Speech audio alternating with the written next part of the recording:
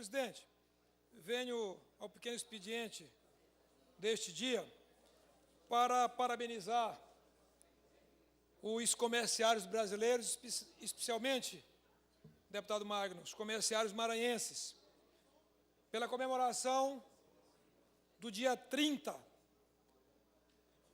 que é o Dia do Comerciário Brasileiro, e que aqui no Maranhão, por conta de um acordo coletivo, deputado Magno, ele é comemorado na terceira segunda-feira do mês de outubro.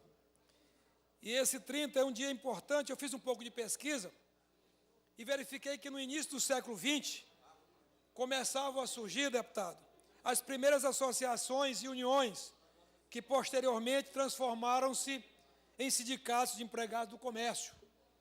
Os comerciários, que naquela época eram chamados de caixeiros, sofriam muitos abusos pelos empregados e eram obrigados a cumprir jornadas diárias superiores a 12 horas e trabalhar aos sábados e domingos e feriados, sem direito à folga, além de conviverem com ameaça de demissão caso reclamassem.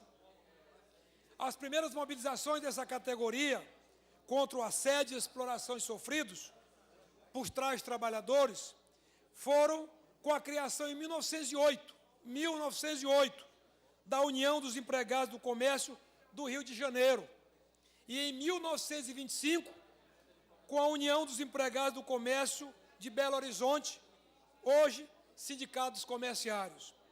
Foi através dessas organizações que no dia 29 de outubro de 1932, às 10 horas da manhã, caixeiros, como assim eram chamados os comerciários, das ruas Carioca, Gonçalves Dias, Largo São Francisco, Rua do Ouvidor, das adjacências, reuniram-se no Lago da Carioca com os funcionários da Lloyd Brasileiro, aí então Lloyd Brasileiro, da Costeira, os ferroviários da Central do Brasil, da Light, e dos bancários, professores e dos jornalistas.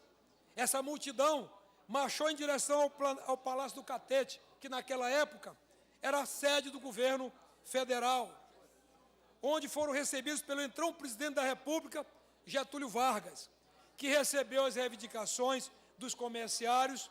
Dentre elas estava a redução da jornada de trabalho.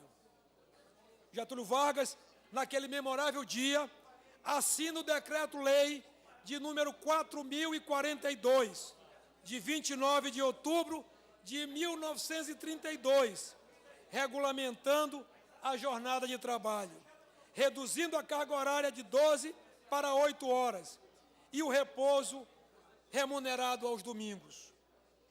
Os frutos dessa luta dos comerciários foram estendidos a todos os trabalhadores brasileiros, que passaram também a ter sua jornada de trabalho regulamentadas nos mesmos moldes. Daí, senhores deputados, nós podemos ver, deputado Manuel Ribeiro, a importância dos comerciários hoje na política trabalhista brasileira. Portanto, esse decreto-lei de número 4.042, de 32, ele foi publicado no Diário Oficial da União no dia 30 de 10 de 32. Por isso, senhores deputados, o dia 30 é o dia do comerciário brasileiro.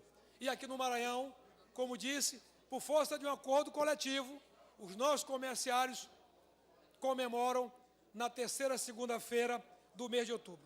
Portanto, eu quero parabenizar a todos os comerciários maranhenses, na figura do seu presidente, o companheiro Oswaldo Miller, presidente desse grande sindicato, que teve uma importância histórica para o trabalhador brasileiro.